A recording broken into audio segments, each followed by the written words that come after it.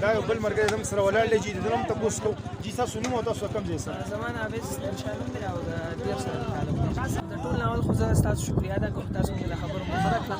د دې نه پس څنګه چې تاسو ووایئ چې کوم ټورسټ راځي نو د کالام پورې روډ چې دی هغه پور کړی دی حکومت نه. دا ډېره د خوشحالۍ خبره ده خو چې د کالام نه هغوی رابره شي موډن روډ ډېر زیات خراب دی لکه ګاډي راویسته پکې ډېر زیات لکه زیاتې کېږي هغوی سره ګاډي چې دی هغوی خرابېږي او ډېر زیات تکلیف ورسي انسان چې ډېر زیات ستړی کېږي. نو روډ چې دی ډېر زیات خراب دی. نور روډ ډېر زیات خراب دی. نو وزیر اعلی باره کې زموږ د سوات چې کوم وزیر اعلی دی محمود خان چې دی هغه صوبي وزیر اعلی هم دی او زموږ ډېر چې دی نو په څنګه چې ملګري مخکې خبره وکړه چې په پاک کې هم د تحریک انصاف حکومت دی او په صوبې کې چې هم د تحریک انصاف حکومت دی. نو آیا زموږ وزیر اعلی صاحب له څه کول پکار دي چې ټوریزم چې دی نو په اسانه باندې رسي هغه څه پکار دي؟ د عوامي پیغام کې وي په وساطت سره خصوصا وزیر اعظم جناب عمران خان او بیا زموږ د صوبې چې کوم وزیر اعظم محمود خان ته یو دوه درې مسلې پیش کوم. زموږ ملګرو نه یو مسله پاتې شوه. ټول نه اولنۍ چې دا د روډ دا مسله ده که چېرته دا روډ جوړ شو نو دا په دې کې به ټورسټو ته ډېر په اسانتیا راشي او هغوی ته لکه موقع ده. د هغې وجه دا ده چې په وفاق کې هم دا حکومت دی او په صوبه کې هم دا حکومت دی نو هغوی ته دا جوړول څه ګران نه دي. او د ټولو نه غټه مسله چې دا که موږ او تاسو وګورو چپ چاپې ده چې دا کمې ونې دي دا ونې زموږ د انوایرمنټ کې چې دی غټ کردار ادا کوي. موږ له اکسیجن راکوي د دې سره ماحول صفایي. نو زه تاسو ته هغه ځای ښیم دغه کوم ځای چې دا یو دوه درې کاله مخکې به دا د دې ونو نه بالکل ډک و خو دې ته تاسو وګورئ په دې باندې شروع شوي ده او دا ډېر غلط عمل دی. د دې سره ماحول چې دی دا ګندګي کې تاسو کتی شي دا د کیمرې کې دا تاسو راولئ.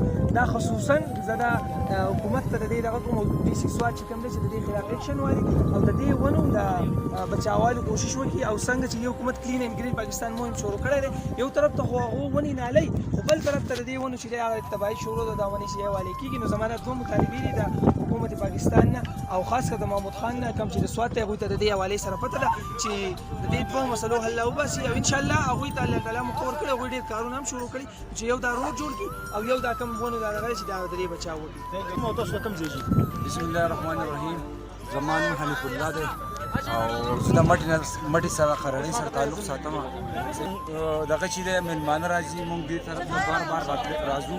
بل دا روډ ډېر خراب دی.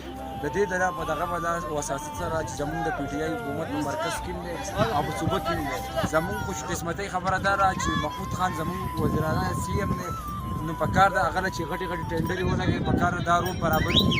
غټې غټې ټینډرې ولګوي سوات ته یونیورسټي راوړي سوات ته میډیکل کالج راوړي سوات ته غټ غټ میګا پروجیکټ راوړي پاسپورټ دفتر شو ځکه چې دا مټه غټ اوس غټ دغه شو ډسټرکټ شو که نه مونږ له وزیر اعلی صاحب له دا پکار دی چې محب الله صاحب ته کوم زمونږ ایم پی ایس چې دي او بل په اخره کې زه تاسو ډېر مشکور یم د عوام ټي چې تاسو مونږ له مقرر کړه او مونږ وزیر اعلی صاحب ته دا ویل غواړو چې په دې باندې زر ته زر کار وشي ځکه چې دا د وزیر اعلی صاحب حلقه ده. بل ډاکټر حیدر علي خان د دې ځای ایم این ای دی پکار ده چې دا دي د کالام پورې خو روډ برابر دی خو مخکې د روډ ډېر خراب حالات دي ځکه چې موټرې نشي راتلی. دا ټول له سیند پنجاب بلوچستان نه خلک راځي د وزیرستان نه بهر نه هم ډېر د امریکا نه د انګلینډ نه خلک راځي ځکه چې زمونږ سوات چې دی هغه ډېر ښکلی ده شفاف پاک دی زمونږ سره ښکلې اوبه ده لکه دا اوبه چې ده دا دوایي اوبه ده. مونږ چې وڅښو نو هر سړي نه بیماري ختمېده شي. نو چې دې دلته کې د ټي ایم ای د صفایي خیال وساتلی شي دلته باسکټونه ولګولی شي